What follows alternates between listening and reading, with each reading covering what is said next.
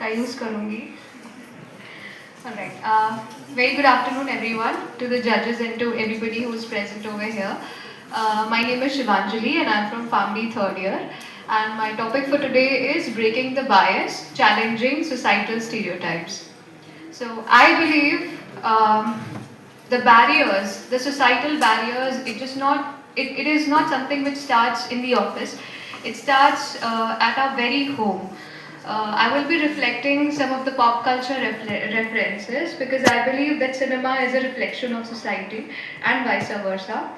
Um, we have seen, I think, Chak De. Do we have fans here? For Chak De. In that, there's a character called Vidya Sharma. She performs she acts for the Indian captain for the hockey team, and that she has to face difficulty for her ambitions to pursue the very cricket, not the very cricket, but the very hockey. Secondly, there's a movie called Girls Will Be Girls. It was released last year.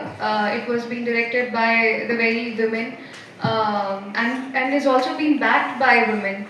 And in that character, they just don't only talk about the professional autonomy that a woman desires.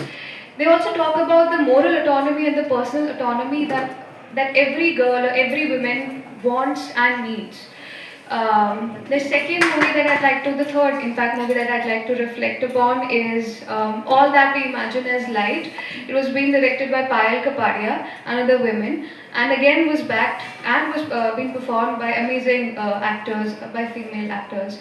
And in which they talk about the working women being navigating independence of their own in a society, in a city in which they've been imposed upon the societal expectations.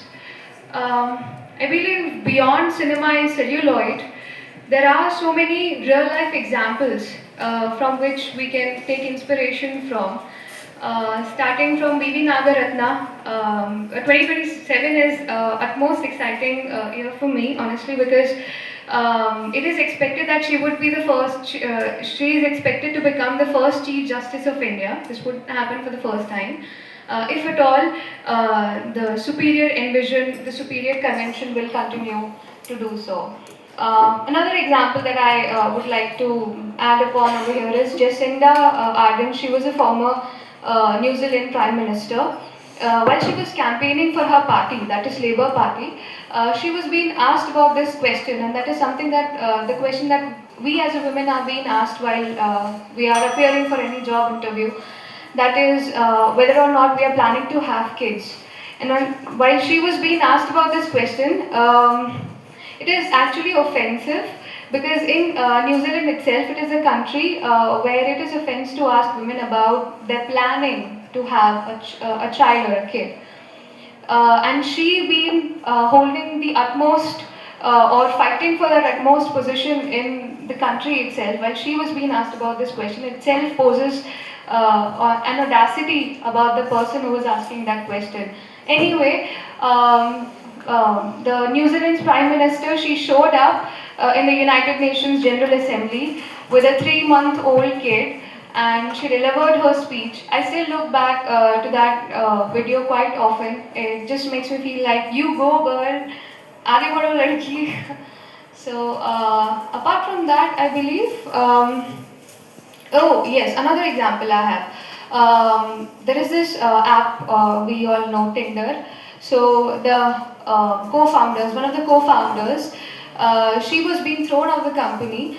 She was a female, and she went on to become another founder for a company called Bumble. And any of you who uses, I mean, not that, but Bumble basically gives women the choice to make a first move.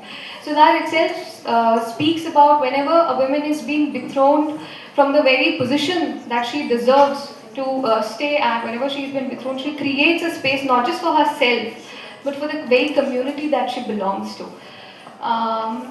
Lastly, I want to say I don't have to go that far.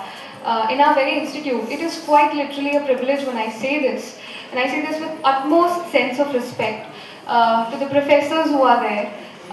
They are setting the bar for us, not just by managing the work-life balance. So, I mean, utmost respect for them. They're not just breaking the glass ceiling, they're rather disrupting the floors. I'm saying floors because we are yet to disrupt the building, certainly someday. And yeah, thank you so much. Very happy Women